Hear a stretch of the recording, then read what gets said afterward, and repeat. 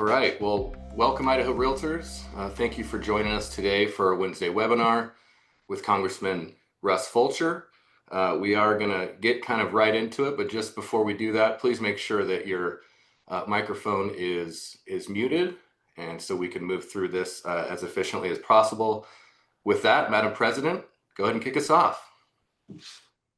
Thank you, everyone, for joining us. We have the distinct pleasure today of having Congressman Russ Fulcher join us. I'm going to give you a little bit of a bio about him first. Congressman Russ Fulcher, a fourth-generation Idahoan, grew up on a dairy farm in Meridian, Idaho. He graduated from Meridian High School, earned both a bachelor's and master's degree in business from Boise State University, and obtained additional certifications in electronic engineering. Congressman Fulcher spent 24 years in the high technology business working for Micron Technology and Preco Electronics. During this time, he did business in 60 countries and around the world and in every state in America. Congressman Fulcher served in the Idaho Senate for 10 years, 6 of those years as a Majority Caucus Chair, elected by his peers. His signature legislation, Idaho's Grocery Tax Credit, has returned some $800 million to Idaho's hardworking families. It constitutes one of the largest tax cuts in Idaho's history.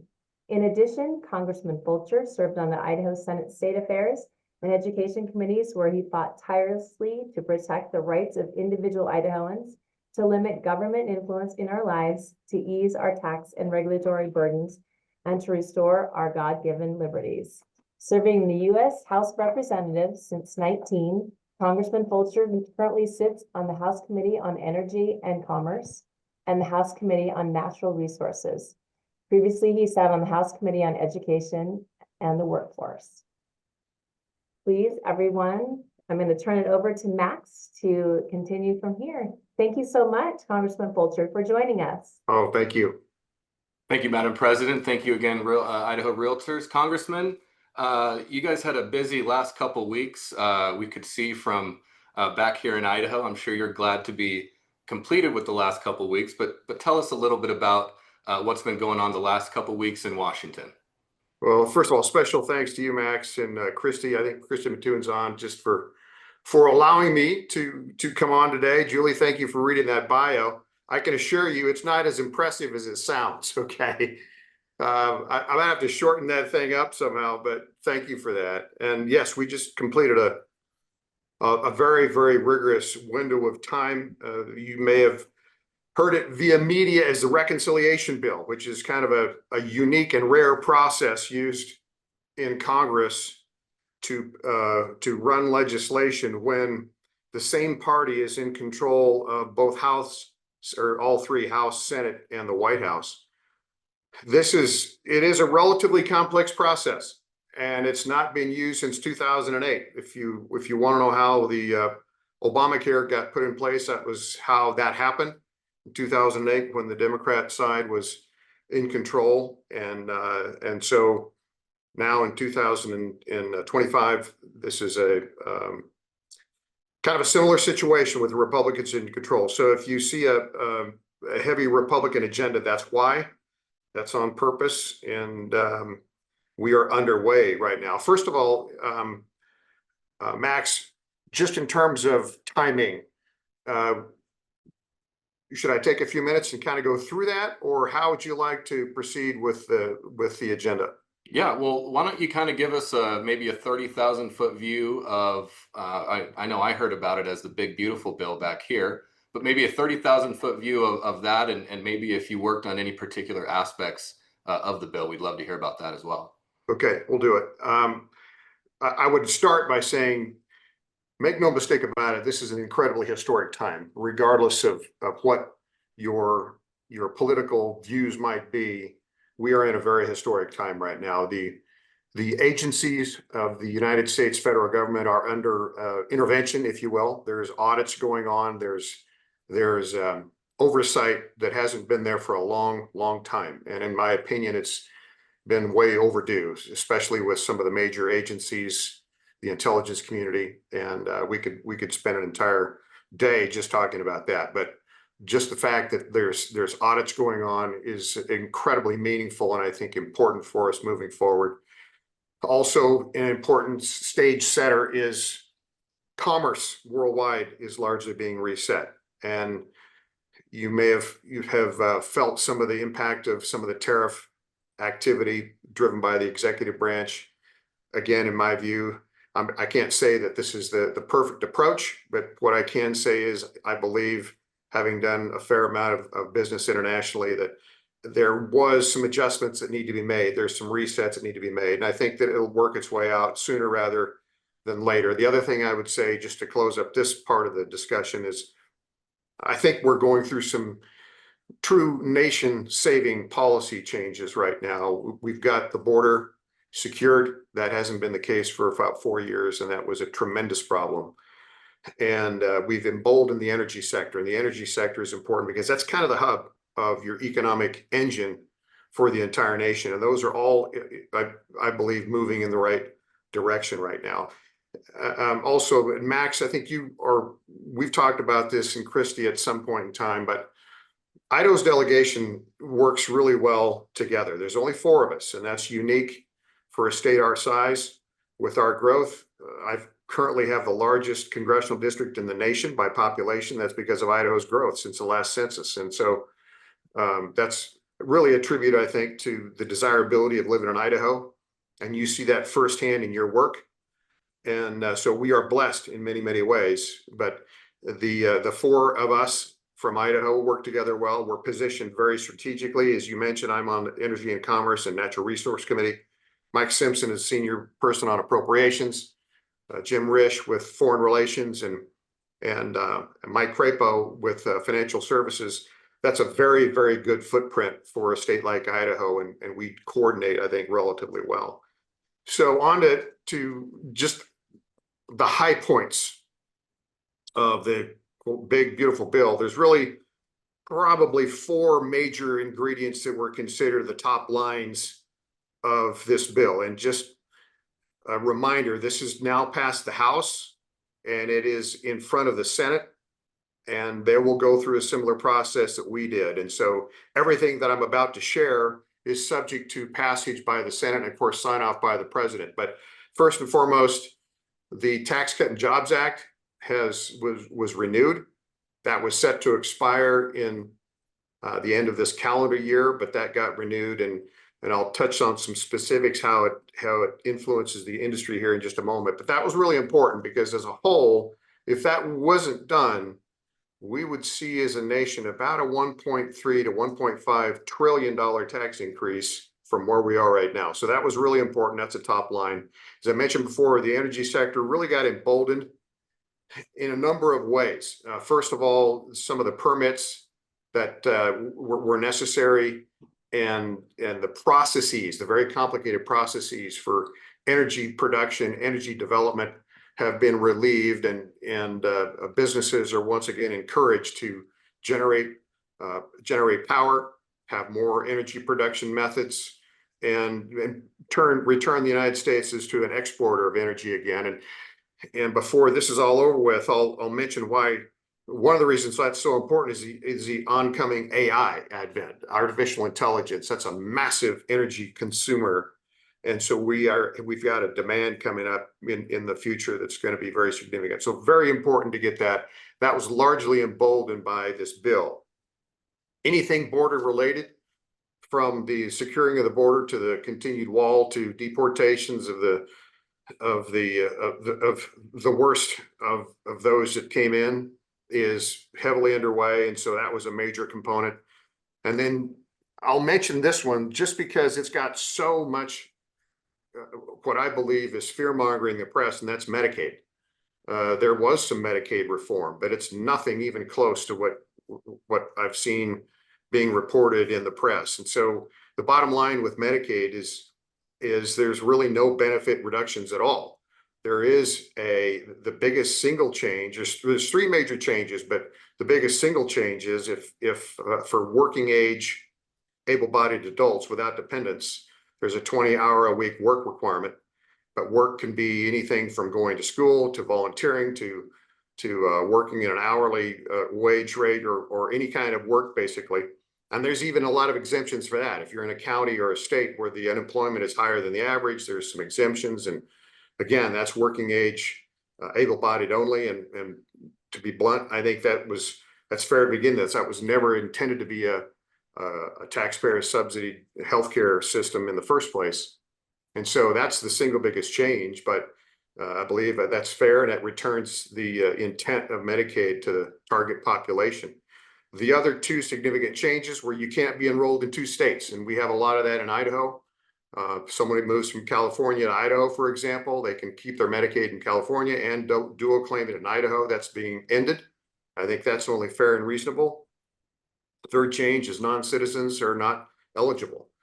And that's significant because there's in the neighborhood of about 1.4 million currently drawing on Medicaid. They're non-citizens. And so those are the three changes on that. But in terms of the benefits and the definitions of the target population, that's not changed. So I really don't think that that's going to be the impact a lot of people have said that it's going to have. And Max, to your point on bills that I had involved with this, to be honest, I'm absolutely ecstatic because I was able to get at least 5 bills in one form or another into this reconciliation package. And the first and foremost is the no tax on overtime pay. And I've been working on this for a couple of years. That idea came out of a town hall meeting in Sandpoint, Idaho a few years ago, and I started running with that. And it picked up some traction. We've launched it 2 or 3 times over the recent Congress sessions. But to be honest, it wasn't until the president picked up on it, my communications team got it to the president's team. He liked it. He started to run with it. And when he did, that's when it really took off. So I'd like to take more credit than I deserve, but that's going to have a very significant impact. And the president is really the one to credit for getting a lot of attention to that. So no tax on overtime pay. There are some others that I've had a geothermal bill. Idaho is a national leader with geothermal energy. And so I've got had a bill that allowed for exploration on federal lands and easing that process. That's part of this bill. The reduction on the electric vehicle mandates. I was running legislation, energy and commerce on that. There was a previous executive order that was mandating that we have a massive shift to electric vehicles by 2034. And I was part of the effort to override that. That is part of this bill. And we simply don't have the infrastructure, and the market is not ready to make that shift that quick. So that's part of this bill. And then lastly, I had a number of pieces of legislation that ease the restrictions on logging projects and also mining projects that were inserted in the reconciliation bill. So those are the components that I personally have been championing that have made it into this bill. Again, it has to go through the Senate. And so the president has agreed off on all of this, but we still need to get through the Senate. And so we'll see what it looks like when they finish with it. That's about a 30,000-foot overview. Max, if appropriate, I do have some specific information on the industry and some industry impacts. If appropriate, I can jump into for a few minutes. Certainly. Go ahead, Congressman. That'd be great. So I'm going to read a couple of pieces of this, or at least reference some notes here, because most of this came to being in what's called a manager's amendment. I'd shared with you this reconciliation process is kind of a complex one. All of the committees go through their jurisdictions, and we debate it out, and we formulate our components of this bill. And then it goes to leadership, and the leadership, the speaker, majority leader, and the leadership team, they also have the ability to do what's called manager's amendments. And the purpose of that generally is when you got 435 people and you got to get 218 on board, there needs to be some wiggle room to allow last minute negotiations without going back through all of the committees again. So it is a warranted process, but if I appear not to be as intimate on these things, it's because I wasn't part of it. And but I do have some notes, and if there's further questions, then I can make sure and get back to you with a more referenced answer. But for example, state and local tax, the deduction for small business, that has been adjusted from $10,000 to $40,000. Frankly, that's one of the most controversial ones. And that's driven by states like New York, California, and parts of Illinois.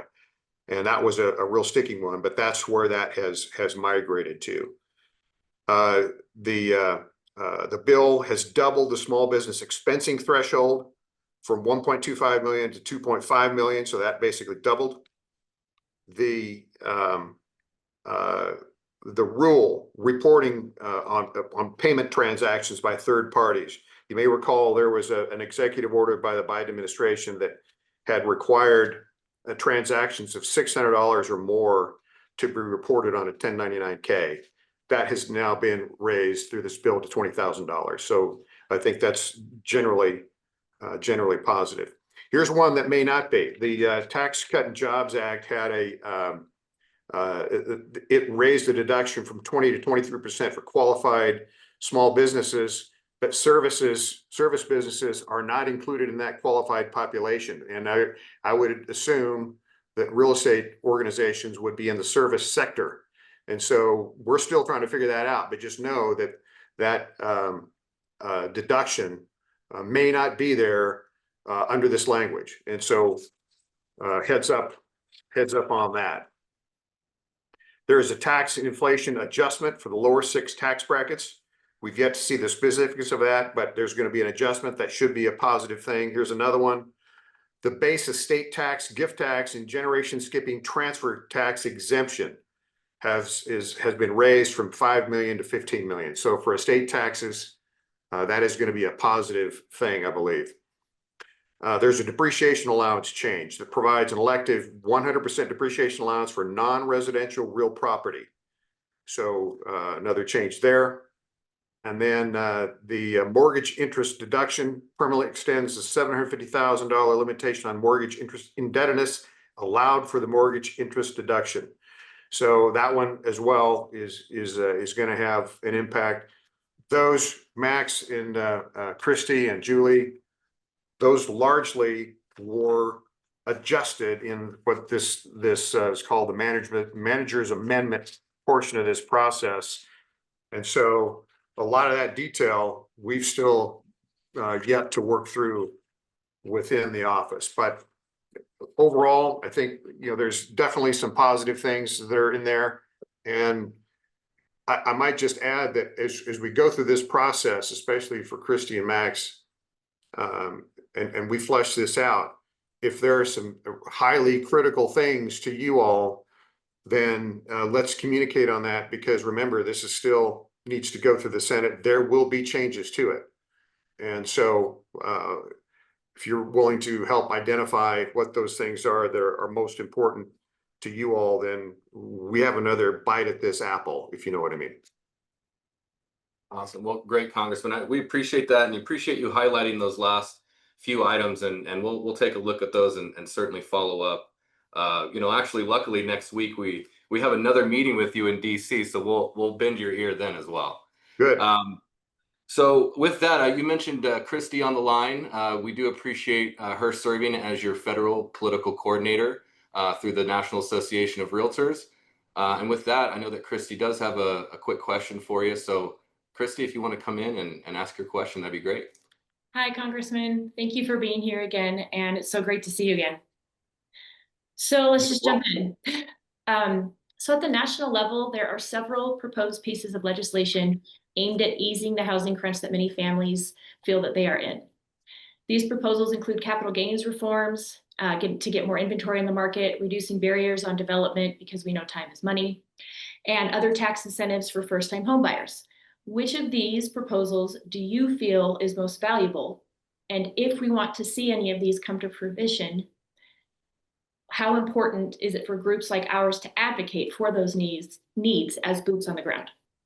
Barriers to development is always an issue. And we see that frequently, and it seems to be across the board, not just in one segment of the market, not just one state. It's variations of the hurdles you have to go through in order to proceed. And so Idaho is a little bit, well, not a little bit, a lot unique in some areas because of the federal land we have in our state. With federal land, you have a whole different set of rules you have to go through. But Christy, the advocacy component is critical for two reasons. Number one, when you're taking a position of advocacy, what you're doing is you're trying to influence your point of view.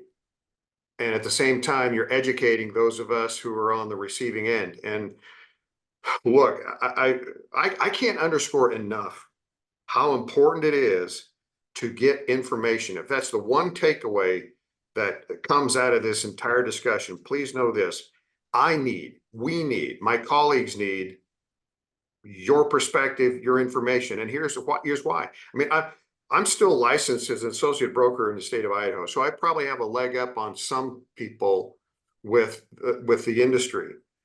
And I worked in it for a number of years while I was in the state Senate. But even with that, there's changes all the time. And there's nuances that I'm not picking up, and I won't pick up unless somebody is telling me about them. And more importantly is the jurisdictions that we deal with is so massively broad.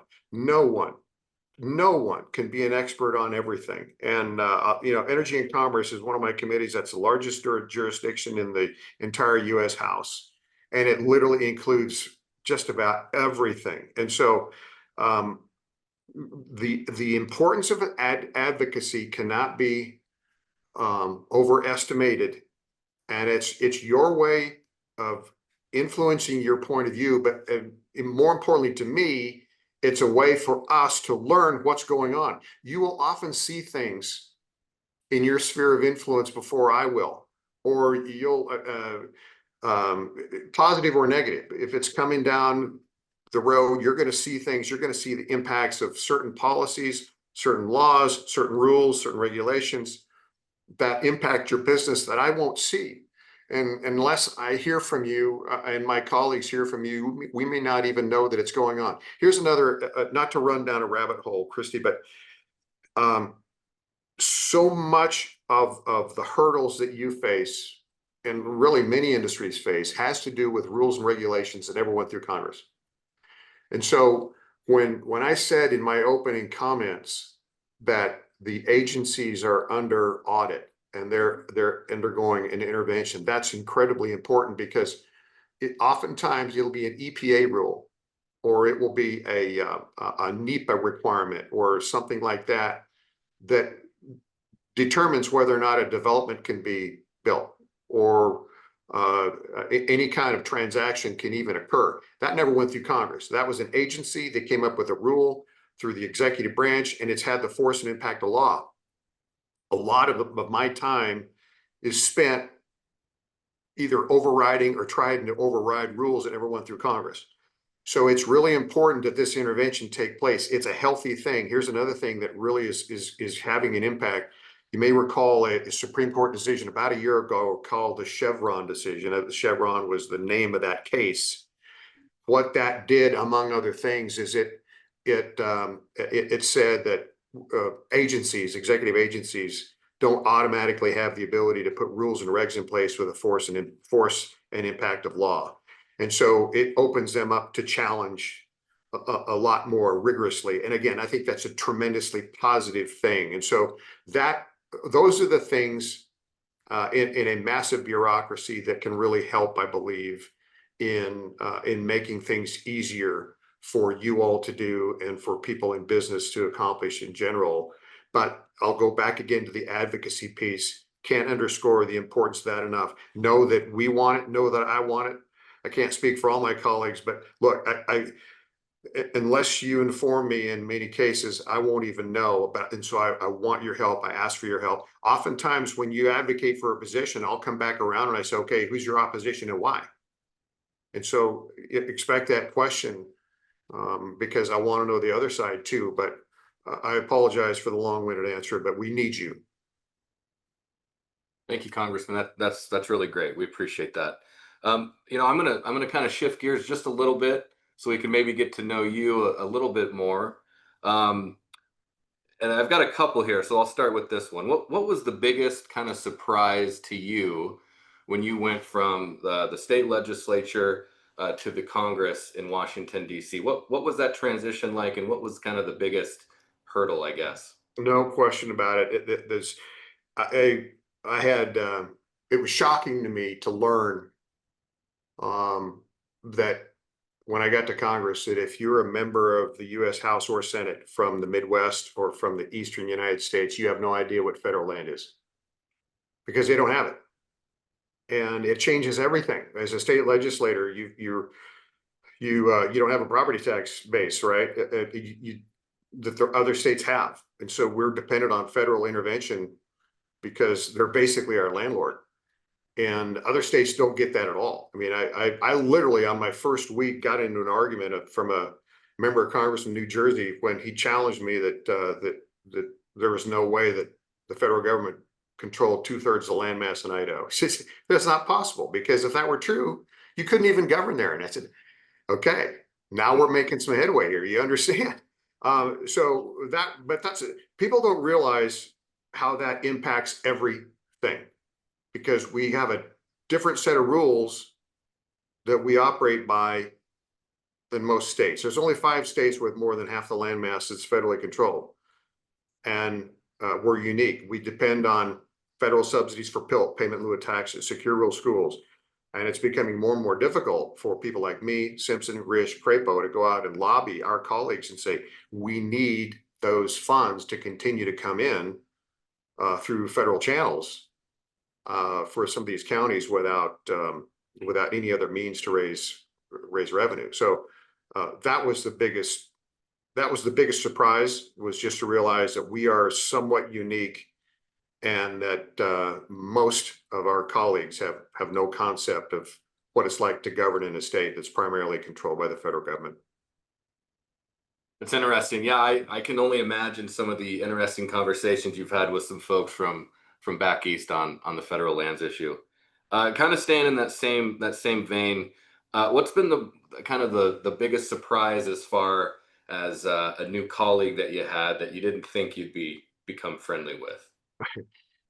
Well, there's a tremendous partisan divide in Washington, D.C. And it's I believe, especially talking to some of old timers, for lack of a better word, that it's gotten significantly worse. And I think part of that is a reflection of society. I think our society has divided significantly, but I think it's been magnified by the culture of the U.S. Congress in how it schedules and how it functions. For example, my understanding is, although I wasn't there, it wasn't until the mid 1990s that the congressional calendar was adjusted so that members could, for the most part, fly home or leave Washington, D.C. for weekends. Members used to move to Washington, D.C. for the session. And if they had families, they took their families. It's now a commuter job, including me. I got an apartment right out of the chute when I got elected in 2018. I still have it. My intent was to stay on the weekends and use that time to build some rapport and relationships. Well, I learned really quick that if I stayed over the weekend, I was the only one there. Everybody else left. And I think there's some good things to that too, because we're home more, and so we're in tune with our constituency better. But there's some negative ramifications too, because we don't know each other. I've talked to some of the long time members, and they said, we used to take our spouses to dinner on the weekends. We used to play in the Congressional softball league. We used to know one another, and we don't know one another anymore, and it shows. And it's just like any work environment. Consider where you work. I mean, once you get to know, and you build rapport, you build trust, you build respect, and you work together. Once you build those relationships, we don't have that. So there are some. I mean, and it would. But on both sides of the aisle, it would not be who I would have predicted. But Jared Golden For example, Northeast, he's a Democrat. We've run multiple pieces of legislation together, and he's in a totally opposite part of the country, and totally different background, but yet we've seen eye to eye on a number of things. So it's Jared Golden. There's others too. Dan Muser, Republican, Pennsylvania.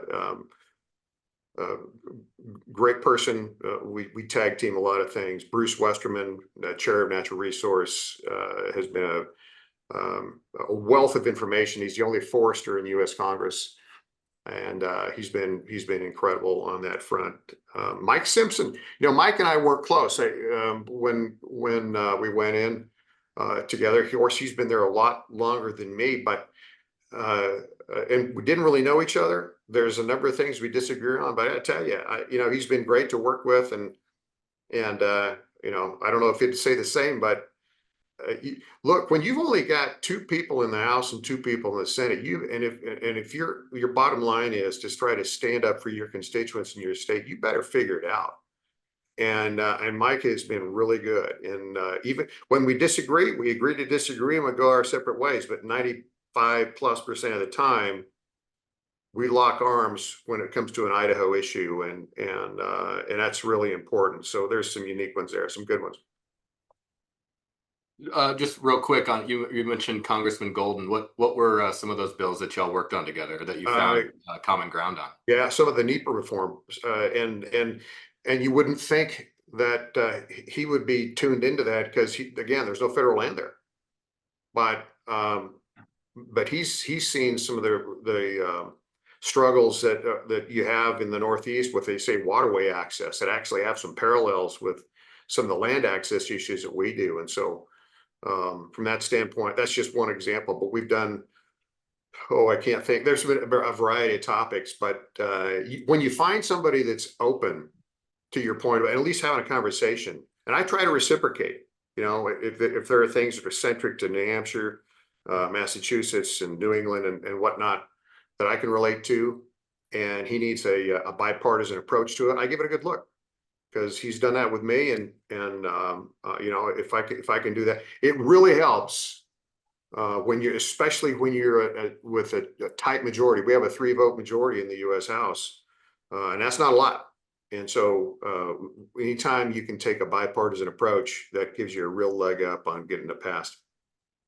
Spectrum there. What's been the most fulfilling or meaningful aspect of your service in Congress so far? Thanks for that. Without question, constituent service. Long after I'm gone, I'm going to do this for a few years and I'm out, right? And that's the way it's supposed to be. And there's going to be someone else who's probably a lot better and smarter and more effective that's going to take over this seat. And that's the way it ought to be. But the one thing that I think is going to live on is what the team of people that work with me in our offices across the state. And Max, Christy, I can give you just a whole host of things, but these folks with their constituent services actually save lives. And in many cases, we can't even report it. But because of this crew, for example, we've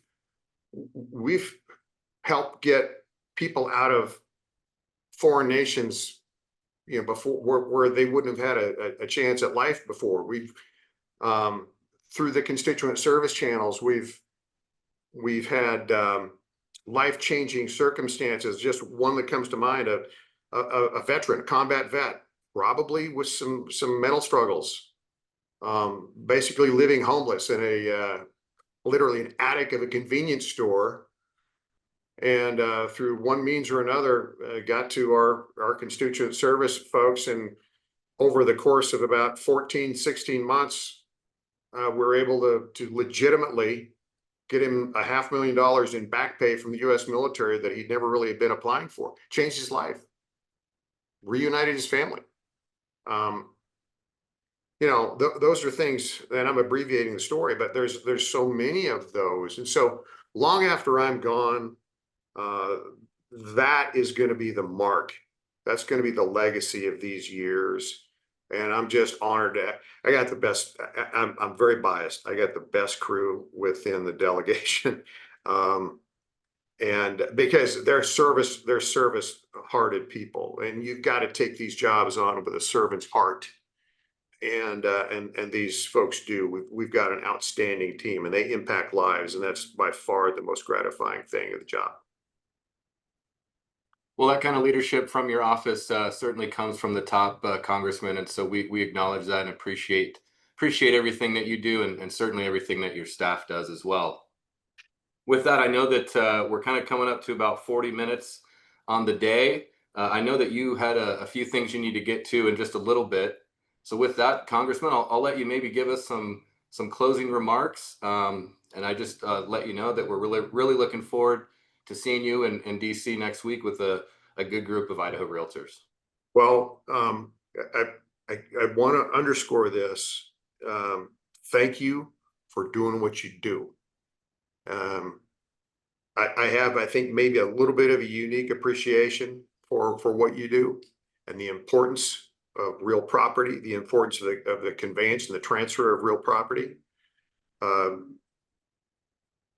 Having been in many countries and done business in many countries, the impacts of ownership, of private ownership, and the ability to transfer that ownership, and the economic ramifications of doing so, personal incentives, the capitalistic approach, absolutely life-changing.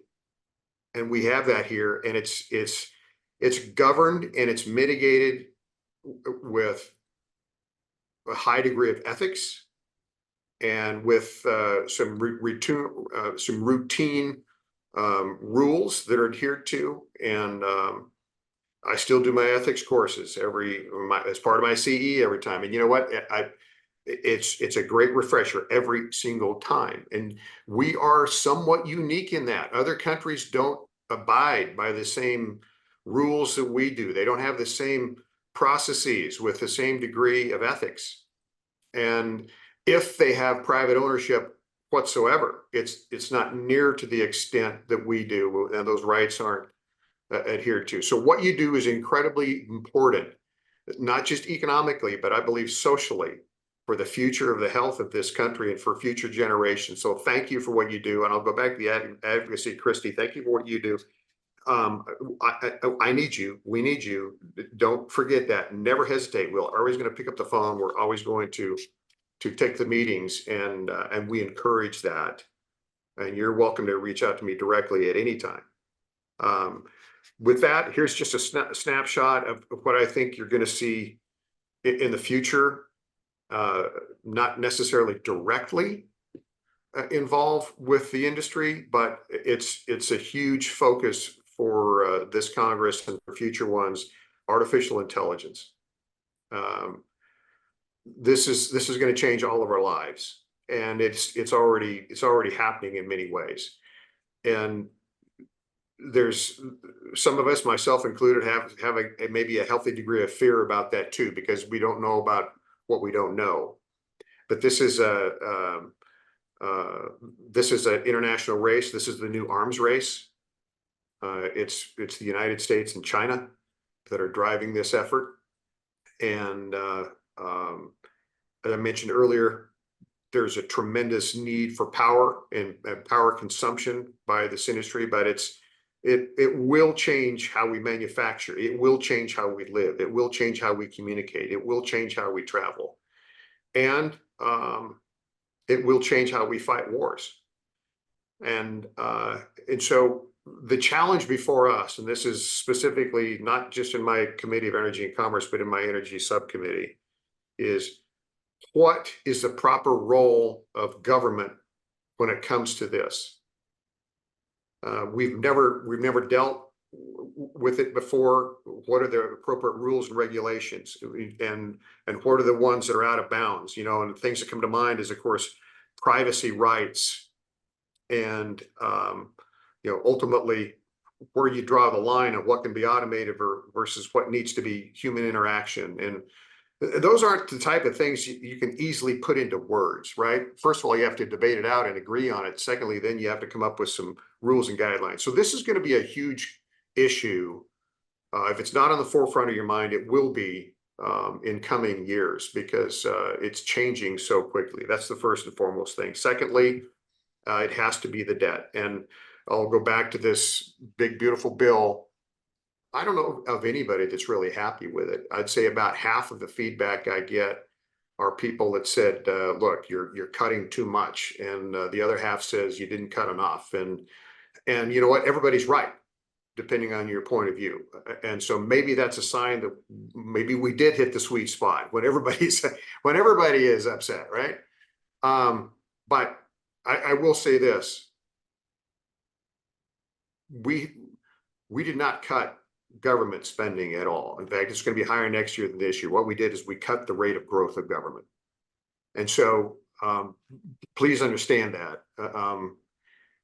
And whether that's good or bad, but it truly does change the trajectory of how spending occurs in Washington, D.C. So from that standpoint, I did support it. I do support it. It was not nearly as good as it should have been, but to be blunt, it was the best that we were able to come together with and get 218 votes. That's just a long, and you know what? That's the republic that we live in. And so am I happy with it? No, because if things could have done better, absolutely. But we did what we had to do, and the Senate's going to do the same thing.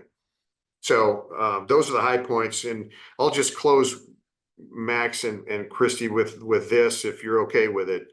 I think this thing called government has best been defined, or the best explanation I've had for it is what I do and what government is, and in general is it's a struggle for influence. And that's what we do. We all struggle for influence. And it was a struggle in the Revolutionary War, it's a struggle during the World Wars, it's a struggle today, and it's going to be a struggle for your kids and grandkids. And unlike other struggles, there's not a finish line, there's not a time clock. That struggle will ebb and flow, and the outcome of that struggle and the policies of that struggle shift depending on who engages in that struggle. So that's why you see this ebb and flow with conservative, liberal, conservative, and you pick your policy. It ebbs and it flows, and it's a struggle, and it's ongoing. And I mention that because that struggle and how it ebbs and flows is all dependent on who is willing to engage. And that's where I want to just leave you, is with the encouragement of engaging. It goes back to the advocacy. It gets back to being part of it. Max, I've known you for a long time, and you've engaged, and you have an impact. Christy, you're having an impact, okay? And I'm encouraging everybody to do that. If you aren't aware of what's going on in your local, state, federal, get familiar with it, get educated, become involved. By all means, vote. If you find a candidate you like, support them. If you have the time, the energy, and you feel like God's leading you down this road, then run for office yourself. Those who engage dictate how our life and our policy, and I think the future of this nation, ebbs and flows. And so I'll close up with that and just remind everybody our office is always open. We always pick up the phone. I appreciate very much, Max, Christy, you in particular, Julia, look forward to getting to know you. But you're very much needed and wanted, and you're appreciated. So if I can help you, I'm going to do everything I can to do it. Well, Congressman, really appreciate your time today. I know you're a busy guy. And so we look forward to continuing to engage with you and seeing you next week in person in Washington. So again, thank you from Idaho Realtors, and we look forward to seeing you again very soon. Thank you. Appreciate you.